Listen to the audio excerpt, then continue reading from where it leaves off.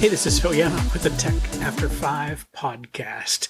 And I don't know if you listen to these things like near when we record them, but this is kind of like our sort of finale kind of thing for 2020, right? It's our we're basically kind of reflecting back on what we've done this year and what's going to happen next. And as I have been, I am joined by Carol Hamilton and Scott Pfeiffer. Hey, Carol. Hello. Happy New Year to whatever time you're hearing this. It's still Happy New Year. Yeah, who knows? You might be listening to this when we do it, but you might be listening to this and it could be July. And look at that. Right. We're all festive. So I hope you're enjoying this whenever you enjoy this, whatever time. It should be good anyhow. And my pal Scott Pfeiffer. Hey, Scott. Hey, Phil. Hey, Carol. Good to be here. Yeah, just leaning in just there. We got it. Energy set to 4. I got it. Wonderful. Good to see everybody. You know, my thing is, I'm going to have this number not exactly right, but I think this is episode, 45. And I only get that because I have to number the directory when I send it. So this is like 45 for 2020, right? So, I began the numbering system again. And we've done a bunch of things we hadn't done before, but I thought we'd kind of reflect on what's happened, the things that we've done. It's a little bit year in review. And it's a little bit kind of looking ahead, talking about what comes next. And I thought that might be kind of a fun thing for us just to kind of rattle around with. We were not doing the podcast on YouTube in the beginning of the year. We were, remember it was pre-pandemic and we were doing these primarily in a room. And so and I thought I never wanted to do video. And then Zoom made video really easy, right? And so proof. Now we do a YouTube/video version of these things as well. When we first started talking about whether we wanted to do video, we had visions of like cameras and tripods and nonsense like that. And we were like, no, we don't want any part of that. Yeah, this is already a lot of work. What's your reflection on it? Are you pleased with the response to the video itself as opposed to the podcast version of it? Well, we still have a much larger audience. We're at like 10,000 on the audio side of this, right? And we're in the hundreds on the video side. So those numbers are not even the same. So it's much bigger, but we're also building. And again, those are all, for us, that's all organic and natural growth, right? All we've ever done is talk to our audience about what we're doing. We're not running a bunch of ads and that kind of thing against it, or we haven't, right? So the thing is, and part of that was me just saying, well, let's figure out what we're doing here. Let's figure out what we're comfortable doing. What is this going to look like? It was just kind of an experiment. But how do I feel about it? I mean, it's easy enough for us to get the original material in. Editing hasn't proven to be terribly difficult. I mean, Jesse O'Daniel, and the thing that has changed in all of that is I've taken that off my plate entirely, right? Jesse O'Daniel's doing all the editing for us, and he's doing a great job. And, we've tinkered around with that just a little bit in terms of both how we record and how we edit. So I think from a production standpoint, that has worked really well. And I got to think that, I feel like the video version of this is engaging, right? There's some folks that want to see us kind of mess around. There are people that like people, and so they want to see our smiling faces when we do what we do. And okay, well, here we are. And I wonder if your timing on that wasn't absolutely perfect because of just that. I wonder if there's this moment in time when people are saying, I just want to connect human to human, right? Not just keep listening. Yeah, it might be. Rather than our disembodied voices, they actually get to see our smiling faces. And for that, I apologize. So Jesse joined us in 2020. Yeah. Right? We went to Zoom in 2020. Went to Zoom in 2020. Right. Jesse joined us in 2020. Carol's been has joined us in 2020. Carol joined us in 2020. Yeah. And again, it was really, it just shocks me, the folks that haven't kind of figured out what opportunities might there. And I get it. Some people, 2020 has been super hard on a lot of people. Some people dreadfully so, right? And some it's been really hard on them. But, we're kind of in the spot where it's like, okay, well, this just kind of gave us a whack. And now we want to do something different and reach out different. And if you remember when we kind of did the idea of doing these roundtable podcasts, which we typically, but not always, recorded on Thursday, the idea at first was just, let's just talk to people and let's ask questions about what's going on in their world. And the good news is we got through that after a little bit, and we got back to kind of working over material primarily. Today is kind of like a roundup of what we've done over the course of the year, but it's we started with a conversation, and we found that people kind of moved along the way, and we've hopefully moved along with them, kind of helped them figure this out. Well, one of the things that I've really liked, and this was before I came on here, I remember coming on the first time as a guest and saying to you, I just think you're a great voice in people's ear during this unbelievably weird time, because it was right at the beginning of COVID, and every single day was a new headline and more confusion as to what's going on and how is that going to impact our lives.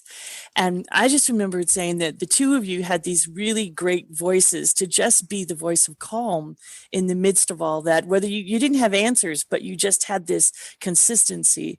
And I think that held true all the way up until, like you said, when we started focusing a bit more on content, that was a little bit different than that. But there was this place to go that said, I don't know, I'm just hoping it's all going to be okay. And I thought that was really relevant. Yeah. Yeah. We got enabled. I mean, the audience needed us and we needed the audience at kind of the same time. Right. And there was a chance for us to kind of lean in and have that. And so I just feel like this has been useful, and it's been kind of fun. I mean, it's funny because the comments we get, on the video or the audio, or if someone just shoots me an email, which is kind of what happens most of the time, it's like people feel like they're friends with us, right? I mean, those comments are not like to some message off in hill, dear corporate office. Well, you've noticed, they don't come across like that. It's like, we just saw one last week, and someone said, oh man, Phil, Carol, thanks for this. This was really a big help. I mean, I just felt like something somebody would have said to my face. Yeah. Yeah. Hopefully at a live Tech After 5, right? Thanks for the thoughts, and you've helped me remember such and such. Yeah. Like sands through the hourglass. I mean, those are lost in time. There was a time when we used to do back.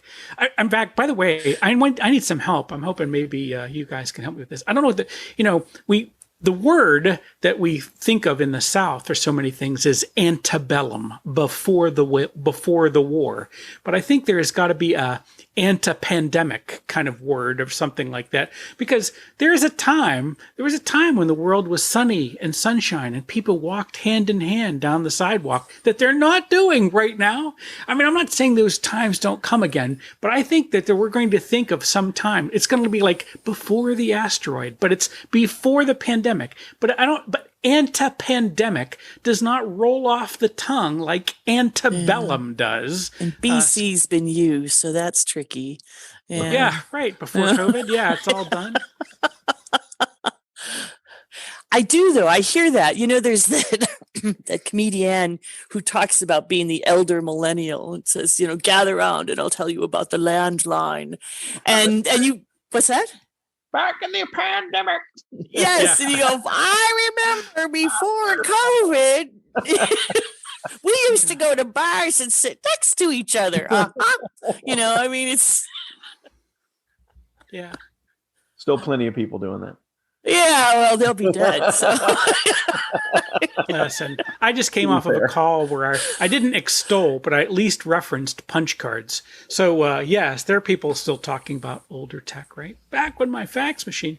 But the thing is, in this point, I just think there's something, because I think there was just this dramatic shift. And I don't know. I just think that some people are going to think of the time before the war and the time after the war, the time before the pandemic. I would agree. The time after the pandemic. I just don't know what the word for it is, but I would like for it to be something that was easy to say, like antebellum. Yeah. Antipesto. Antipasto. Before my pasta. Yeah. Or the mugs. Something. But you could play off of social distancing, right? Back when, the hand holding era. I don't know. Something in there. Yeah. I know people believe right now that this is going to have long-lasting effects and long-lasting changes, but you have to remember that after the 1917, 1918 pandemics and the flu, the Spanish flu pandemic that killed so many worldwide, when society opened back up, we had the Roaring '20s. Yeah. Right. So I'm not sure how sticky a lot of this is going to be, frankly. Oh yeah, no, and I'm completely with you. And the thing is, I think that's a great reference. The thing is, I don't know what that looked like exactly, right? Like, did the Roaring '20s? When was the peak of the Roaring '20s? Was that a 2-year thing, a 3-year thing, a 5-year thing? I don't know. What did that loop look like? I believe, the thing is, I think we were in our natural state before. We're in just a new state now, and we will go back to whatever our natural state is should we get this under control. But I don't know how long that is, right? Right. I mean, the Spanish flu pandemic was a multi-year wave up, wave down kind of thing. Right. Sort of like this is turning out to be, right? Yeah. And that's what it is. And I really wasn't wanting to deep in all of that, but I was just like looking for a word. I need the word, Scott. That's the thing I'm looking for. I'll give it to you. Antipesto. Antipesto. Okay. It's something. It's close. I got to get that. But I am with you on the predictions. Just one last thing, and I'll stop. But I got a notice yesterday about a very special rate that one can get on a cruise ship, and I was thinking, I'll bet next year. It almost makes me want to buy extra tickets for next year because I think the whole world's going to be on the move next year, and those tickets are going to have some serious value to them. Yeah, speculate on cruise ship tickets. Yes, because I think we're all going to be on the road, especially with this latest thing that just happened. And if you're listening to this later, then this won't have just happened. But the whole idea that there's a new strain, right, that just hit the UK, and now there's all sorts of borders have locked back down again. And I think every time that happens, it solidifies a Roaring '20s kind of experiences on its way. That when we get the high sign, you are now free to move about the planet, it's just going to be, let's go, because, we've been locked up too long. And whatever version of transportation you have, whether it's foot, train, plane, automobile, off we'll go. And back to our nomadic roots. I think that's right. I think the tighter we lock it down, the more roaring the 20s will be. Yeah. Right. 100 years on.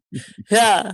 Yeah. We clamped it down and it'll be back. Yeah. So I certainly think. But again, I hope for that happen. I'm looking forward to it. Anytime would be good. Anytime would be good. 2022, maybe. Yeah. There we go. Yeah. The Roaring '20s.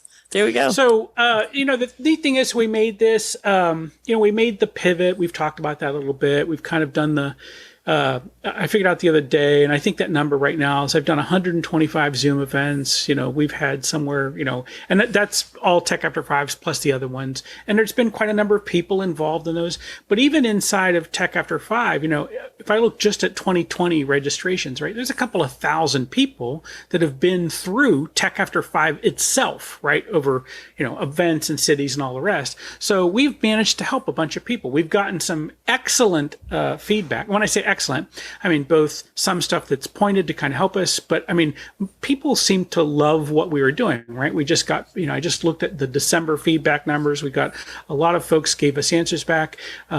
The number of people who would recommend Tech After Five to their friends is super high. I mean, there's nobody at the median or below, right? They're all on the upper end of the scale, right? So everyone says this is a thing they would recommend. And for whatever reason, I mean, I think we're helping some folks make connections. Again, we know not everybody's showing up, but we know that all the folks that are there, they are loving kind of what we're doing, or most of the folks are loving what we're doing. Again, otherwise getting good feedback, but we're helping a lot of people. So I've been really happy with that bit, and then we'll figure out what comes next. And we're experimenting with some stuff, and that's some stuff that I think I see us for 2021. So in 2021, I think, again, we've talked a little bit about predictions from our side, not predictions of the world. I don't know. What are my intentions for what I intend to do? So in 2021, we'll do Tech After Five the way we need to do Tech After Five. We'll probably, our goal is to always do the right thing in the moment. And we've got new events and new things, right? So we've talked about, amping up, I mean, not just what we're doing with our regular events, but we've got, of course, our regular mastermind we've got going, which has been going on through this entire thing. We've got the new mastermind coming up that Scott and I are working on for, larger organizations, tech organizations that are trying to get the next level. So that's stuff that we have for 2021. So I guess I would ask for you guys, if there's stuff that you are working on for 2021. I mean, what do you see as intention, either, with us or things that you've got going on? Let me let Scott go first on this one. Well, for 2021, my primary thing is just to continue consulting for the 4 tech companies that I work with now. They're all doing relatively well, and hopefully we're going to grow and do great things in the new year. So that's going to be exciting. And I hope to continue with our current mastermind and launch our new mastermind. So I'd like that to be successful. Continue this podcast. That's on my list of things to do. And I'm working on a book, as we discussed in the most recent episode. Awesome. Yeah. So tell me about the new mastermind. What are you hatching up? Let me know more. Or is it okay to talk about it, or do you have to kill me? I mean, it's a secret. Okay? I mean, we'd like everybody to know about it, especially people that will write us checks. Yes. Awesome. Yeah. Do tell.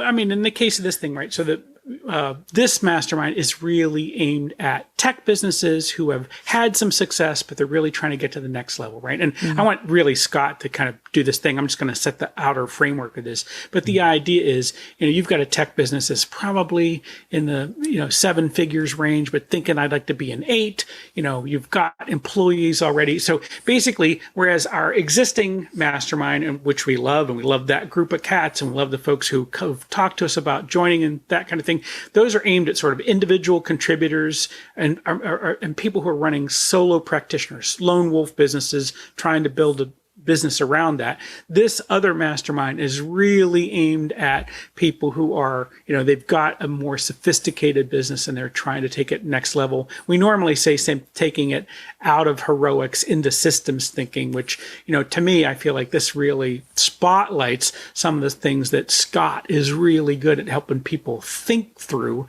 And that's kind of where I'm aimed with it. Scott, what did I miss in that description that you think's important?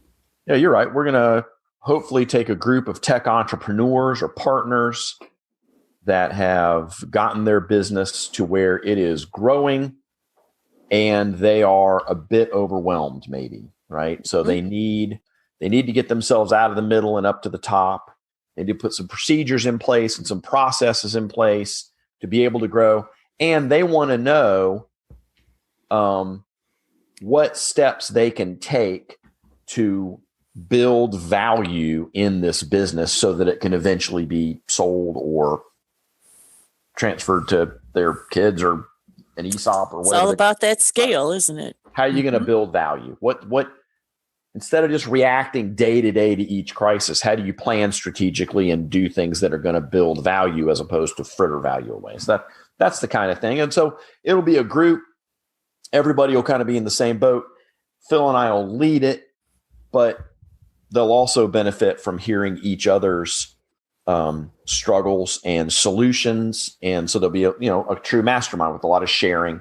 And we'll bring in experts if we need to. If everybody wants to talk to a marketing person, or everybody wants to talk to an accountant, or everybody wants to talk to a lawyer, we can bring in a guest to talk on specific topics, things like that. So I think it's going to be great. That's fantastic. Absolutely fantastic. I think this is good. Well, I mean, the thing is, what we've seen, one of the reasons I'm going to bring this out is that, when we talk to entrepreneurs who've been really successful, they are the ones who have made that transition, right? They have figured out how to not be the center of every decision, right? They are, right. You've got, in this space, we're looking for the person who says, oh my gosh, I've got a business that's running, but I never get to take a vacation. I never get to step away from it. My phone is ringing all the time. Every customer is talking to me. Every employee wants me to help them figure out how to make some decision. And we're like, we want the cat that says, no, that's not what I want, right? I want to be able to take a month off and come back and find out my business grew. It didn't collapse. And we've certainly seen that, right? I mean, we talk about businesses businesses, I mean, people that I've helped in the past who are like, we're ready to kind of do a thing, but we're not quite ready to do a thing. And then the owner has a health crisis and their business collapses because they never built a system around it, because they never, like I said, they never built a system. So no one knew what to do if he wasn't there to make all the decisions. We want someone that says, I don't want that risk. I want to factor that risk out of my business and take it to the next level. So those are the folks we're talking to. Yeah. Yeah. And somebody who says, I want to know, I have a vague idea where I'm going, but how do I really decide where I'm going? Right. How do I really figure out how to get there? Yeah. We were talking about that. Stanford is they've got a whole program right now running on systems thinking.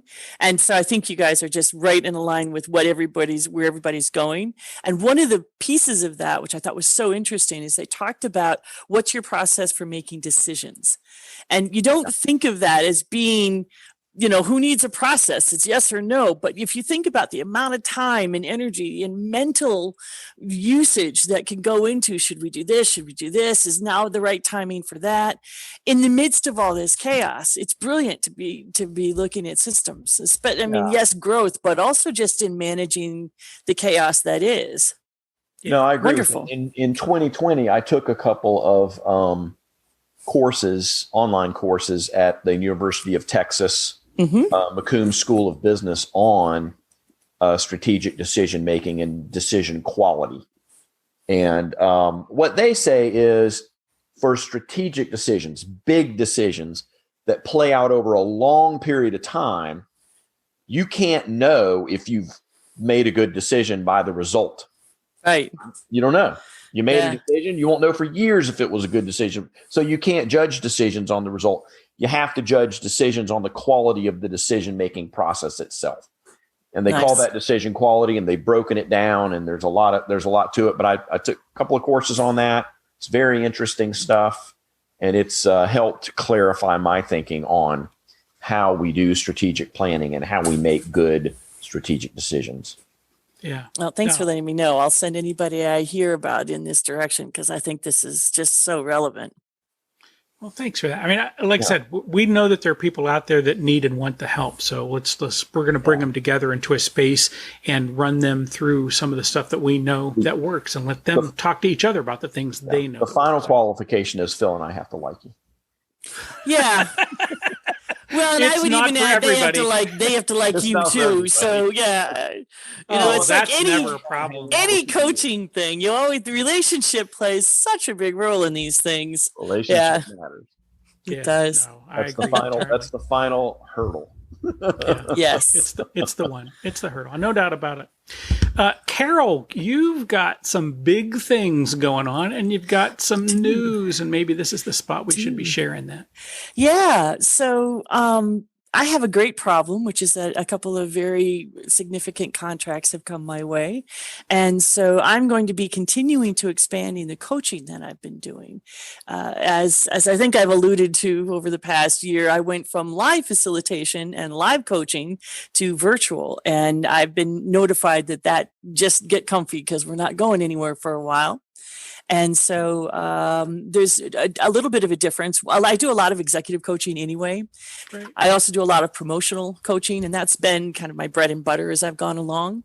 But there's a whole new avenue that opened up, which is speaker coaching for virtual leaders. And that's really helping people not just take what they did and for the front of the room and put it online, because it loses all sorts of impact, but to really help them develop an online presence and how to re-message themselves in a way that is so much more impactful online, instead of trying to just be the same person, because it changed.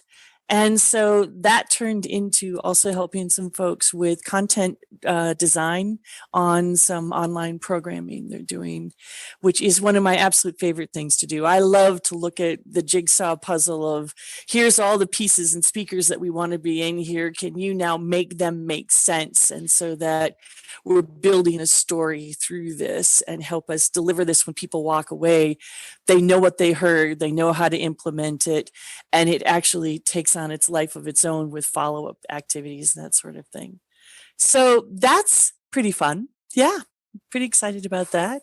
And continuing to do the podcast on diversity, because that is that's just a near and dear piece to my heart. So I'll continue talking about inclusion because I think the world is about relationship right now. And I can't think of a more impactful way to talk about that relationship than through inclusion. Yeah. Well, I think these are certainly exciting times for you. And so someone we've managed to talk to a lot over time and watched your kind of arc of the things that you are working on change and develop. Yeah. I mean, I feel like this is just, it's not happenstance that your podcast has got the word evolving in it, because I feel like this is a thing that you are developing how you want to help the world as you go along and as we've had these conversations. So good on you. Thanks. It is. It's given me a place to take my frustration because I watched the marches and thought, I can't be there for that and the COVID, and I can't be there. And where could my voice be of any value? And I said, I'm a professional communications person. This is what I do. How can I bring that skill set into this conversation in a way? And then I made myself the audience, which is I am a straight white woman who's had a bit of a bubble at times, not an intentional one, but a little bit of unknowing because I just didn't think to ask the question. And so now I'm asking the questions of where am I and how does that fit in the world and how can I have some impact in a positive way? So yeah, hopefully once in a while I'll get to drop in. If you ever want a voice of communications, I'd love to come back as a guest, but as a regular host, yeah, this is going to be my adieu, but as we'll be seeing each other again often, I have no doubt. Yeah. Well, the world needs you and needs your voice, and I am delighted that you are having such success in this. And sorry that we're not going to get to see you as much, but I think you've got something important to say, and there are people who want to hear it. So good on you. Thanks. Oh. Yeah, pretty jazzed. Yeah, I would be too. I mean, that's just, people say, hey, we like what you got and we want to buy more from you. Ooh, I'm in. I know. That was Christmas came early. Yeah. I wouldn't want you to say no to that. Good for you. So that is a big bit of news. Let's talk. One thing I wanted to do before we go off. I mean, what are you thinking about for, a couple of things I was thinking about, how do we celebrate what we've done in so far, right? We've done I think we've accomplished quite a few things already in 2020, but it was a tough time. I mean, this is not, this was work, man. I'm just going to tell you, I don't know how you feel about it. 2020 felt like work. It still feels like work. But I think this is a time to at least take a moment and do a little bit of a happy dance. Hey, I'm still alive. I still made this thing. I still got in my case, I still got a job. I still got things to do. I got people who need me. I feel like I have, under most of the circumstances, I've always tried to do the right thing at the moment I'm asked to do a thing. So I feel like I've accomplished that pretty well. I think we're helping our audience. But I'm not sure. I mean, how are you going to celebrate the end of 2020? Scott Pfeiffer, what does that mean to you and how are you going to celebrate? Yeah, so I pretty much celebrated the end of 2020 a week ago. I went down to the beach by myself, spent about 5 days at Litchfield, just thinking and writing and planning for next year. And I keep a Google Doc I have for years. Used to be a Word doc, now it's Google Doc. But every year in December, I make 3 goals for the next year. And then the next year, I go back and I write down underneath those goals how I did, and I make my goals for the next year. So I've got several years worth there. So I did that, reflected on 2020 goals and how I did, set some 2021 goals, took some walks on the beach, that sort of thing. Yeah. That sounds ideal. Little time by yourself. Carol Hamilton, you have a routine or you have something special that you do for 2020? Well, I actually like Scott's idea, and that's brewing in my head of, maybe right after Christmas and then that little breather between. I think I may just copy that very idea. I know that we had a conversation yesterday, some some more stuff hit the fan in our family life. And we just had this moment when we said, this is going to be really easy to focus on the list of beefs about 2020.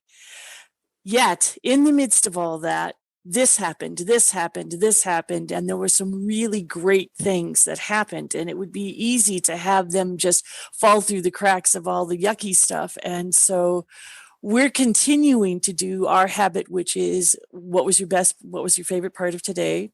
What's something you're grateful for? And then in the morning, just say, so what's something you want to feel good about before we go to bed that you could do today? What is it that you could do that would feel great? And this doesn't have to be big, because there are those days when, frankly, brushing your teeth feels like that's about what you've got for the day.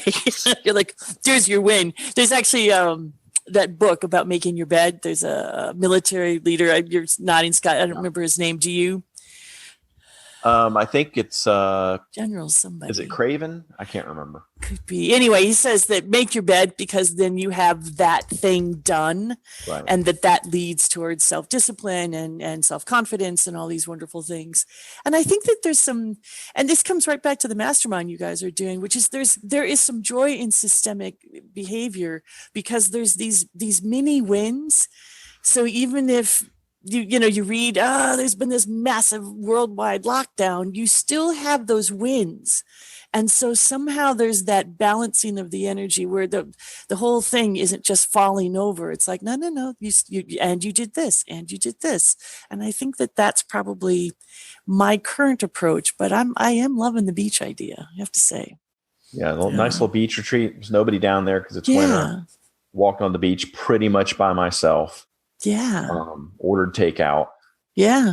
Great. We're doing that here. So why not? Exactly. Yeah. So you get to order takeout from those great seafood restaurants down. Yes. Vast improvement over Landrum. Not that Landrum isn't awesome, but yeah. It is landlocked. It's yes. built into the name. Landlocked. Landrum. Landrum. Yes. I wouldn't trust the seafood. Yeah. By the way, it was Admiral William H. McCraven that said, if you want to change the world, start off by making your bed. I was pretty close, wasn't I? You were right on there. I'm with you. Because I like that. I don't know that I heard that particular quote before, but it makes me think of carry water, chop wood, right? I mean, if you're going to do something, just do right in the moment, right? Do your thing. And it's funny. This is a thing my kids don't quite get. And I keep saying, did you make your bed? Do you make your bed? I mean, I get up in the morning, I make the bed. It's funny because sometimes there's somebody still in it and I make half the bed. So I always did that as a kid. Yeah, I still make half the bed. And you get up and say, well, it's only half a mess. Let me tell you which half. It's just that thing. So I think that, I like that idea of, let's do this thing that we're doing faithfully and in here and of the moment. I think that's useful stuff to us. But I like, sounds like we're all on board for a walk, and a lone walk on the beach, a little bit of time to sit and think, a little bit of time to read, a little bit of time to write. But, it's that white space. Isn't that funny? Our celebration time is a little bit of white space to just get our thoughts clear. And I think that is, if, as much as anything, it is a reflection upon the time in which we found ourselves, which the world is really impinged upon us in 2020, right? It was hard to be a tower of calm in 2020 because the world itself just demanded your attention every which way. Mm-hmm. And it could be hard to sort of maintain a straight course, I think. So I think I think that you are both grand exemplars for our audience. If they want to take some good advice, find a little bit of white space. Just give yourself a moment to think and see what happens, right? I mean, you might write. You might write a book, but you might just think. But I mean, turn off the radio, turn off even the sound of Phil's voice after you've subscribed and liked. But turn off the sound of our voice and just give yourself a moment to think. I think that is a grand way to celebrate and set yourself up for a successful 2021. So. And can I add, you reminded me of something I was hearing the other day, which talked about the voices in your head. right? We all have these voices in our head, and some people pray and hear voices in their head, and other people just get quiet and hear voices. And a lot of that was attributed by this particular article to imagination. And it said, don't worry about the source of the voices, but that's where imagination rides, is in those quiet spots in your brain. And when you just get really, really quiet in your actions and you let that imagination come through, new ideas pop up, new perceptions, maybe reframing to a situation that's been hounding you in a negative way. So I love that whole white space, and then just listen and see what comes, and don't question, just let it flow on in and see where you land. I think that's kind of a fun idea, that's your imagination saying, hi, I have a thought, I think mine says, did you leave the oven on? Yeah. Could be. Yeah. No, I think that is a thing, right? And the thing is to get that calm, get that open. And again, of course, I've always loved your questions. I love those questions of, what good did I do? Where am I headed? What am I looking forward to? What am I going to be happy with? Or what do I want to be proud of at the end of the day, end of the year, forward? I think those are all good questions. And I think, we are obviously big fans of the Life Examined. Friends, I think we have done what we came to do here today. And that was to kind of celebrate where we've been, celebrate all the things that we have done, even in a year which, tried to wrench us right off our moorings. I think we have figured out a lot this year. I'm kind of curious about what some of the folks in our audience might have found out about themselves and how they might celebrate and observe what happened in 2020 and where they might be headed in 2021. Love to hear from you, our dear listeners. And so you can feel free. We've got all those kind of talk to us, about us, all that kind of stuff. You can do any of those links. Put a comment on the YouTube video after you subscribe and press that bell, man, press that bell. I didn't say that. I just whispered that in your ear. Let that be a suggestion to you. Just thought. It helps the world discover us. I mean, you got nothing to do. You say, let me help Phil out here. And it's right there. Yeah, it's right here on one side or the other. Wherever Scott was pointing, it's on one side of my head or the other. I don't know which one. So if you would like to find Carol Hamilton, I know you do that at Evolving Diversity, but she's got a website somewhere. What is that called? I do. It's Hamilton Think Tank. Evolving Diversity is getting its own website as we speak. You can also find me on LinkedIn at Carol Hamilton Live. Swanky. Yeah. Ooh. All right. And my pal Scott Pfeiffer, how do people put more Scott in their life? Well, if you feel that is necessary, you can email me at strategybusinessconsulting@gmail.com. You can find me on LinkedIn, where I'm Scott Pfeiffer, and you can often find me at the Greenville Tech After 5. And soon in a mastermind. And soon in a mastermind. Well, yes. Always in a mastermind, maybe in 2 now. So there you go. Yeah. He's everywhere. He's going to be everywhere. He's going to be everywhere. That's my job, is to make sure he's everywhere. You can find him. And that way no one will want to talk to me, and that'd be great. You, my friend, can get more of us, to help to find us. Of course, I don't know how you might be consuming this thing that you are doing right now. You might be listening to us on a podcast on Spotify or Apple or Google or something. I don't know. I guess most people do this on Apple. Again, tell your friends, leave us a 5-star review, something, let people know good things about us. If you don't like what we're doing, just stop listening, man. It's easy. Delete. But if you do like, then let your friends know by leaving us a little review, leaving us a rating. That's kind of just help the world know we're here. We are running events. They're all virtual, and the easiest way to find us is at techafter5.com, and then follow the events link and go through all that. But you can subscribe to other stuff, and you can find out about some of our other things that we've got going on. But again, it's all at techafter5.com. So we've got more goodies for you this year. Our Santa's bag has more treats in it before we're done and this year is over. And I apologize once more time. If you are listening to this in July, it's Christmas in July, quite frankly. So I'm okay with that too. There are still more goodies from us. Thank you for hanging out with us. And if you want to do more, again, just find us at techafter5.com. I'm Phil Yanov. Thanks a lot.